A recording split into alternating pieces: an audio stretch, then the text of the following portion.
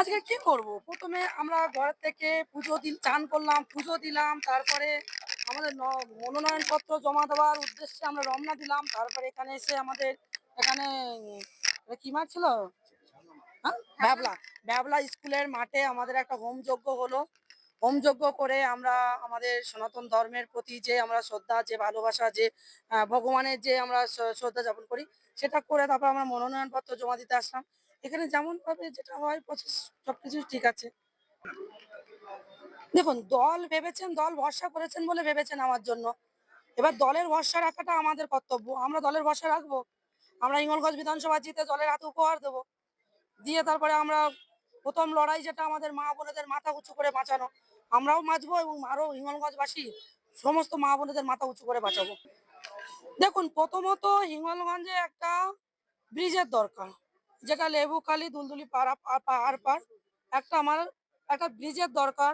তারপরে রাস্তা দরকার, নদীর বাঁধ নেই, নদী বাঁধ সংস্কারের দরকার এবং স্বাস্থ্য, শিক্ষা, তারপরে আছে রেল লাইন, যে রেল লাইনটা ২০০৯ সালে আমাদের হাসনাবাদে এসে যে আটকে আছে, যে আটকানো হয়েছে, এই তৃণমূল সরকার মমতা বন্দ্যোপাধ্যায় আটকে দিয়েছিলেন। এই এই এই রেল লাইনটা আমরা একদম আমাদের বর্ডার অবধি নিয়ে যাব, যে আমাদের একদম ভারতবর্ষের এই বর্ডার শামশেরনগর অবধি আমরা নিয়ে যাব।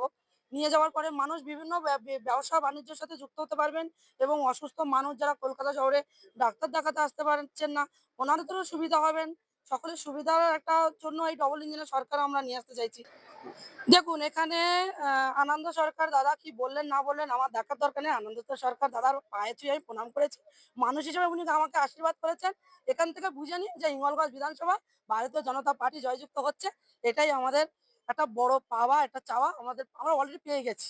দিদি একটা প্রশ্ন করে খালি হিঙ্গলগঞ্জ জুড়ে যার অবস্থান ফিরোজ কামাল গাজী ওরফে বাবু মাস্টার তিনি তীর্থন করেছেন কি বলবেন? দেখুন উনি তৃণমূল করতেন, তৃণমূলের নেতা, একরকম ডাক নাম ওনার বাবু মাস্টার বলেই সবাই চেনেন। তৃণমূলের বড় নেতা ভবানীপুর অঞ্চলে। তো এখানে আমার কিছু বলারই নেই। উনি তৃণমূলে ফিরছেন। আবার যদি মানুষ দেখানো যদি অভিনয় করেন সেটা নিয়ে তো আমরা কিছু বলতে পারি না।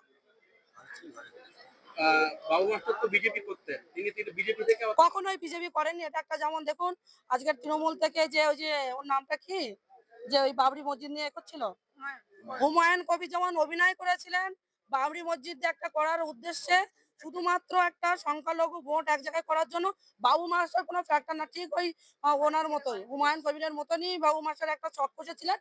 করছেন ঘরের ছেলে ঘরে পিছনে, এই নিয়ে আমাদের কোনো মন্তব্য নেই। শাহজাহান শেখ দেখা যাচ্ছে অত্যাচার করেছে আপনাদের উপরে, আপনারা প্রতিবাদ করেছেন, বাবু মাস্টার আবার তৃণমূলে ফিরছে, হিঙ্গলগঞ্জ সন্দেশখালী জুড়ে তার অবস্থান কোথাও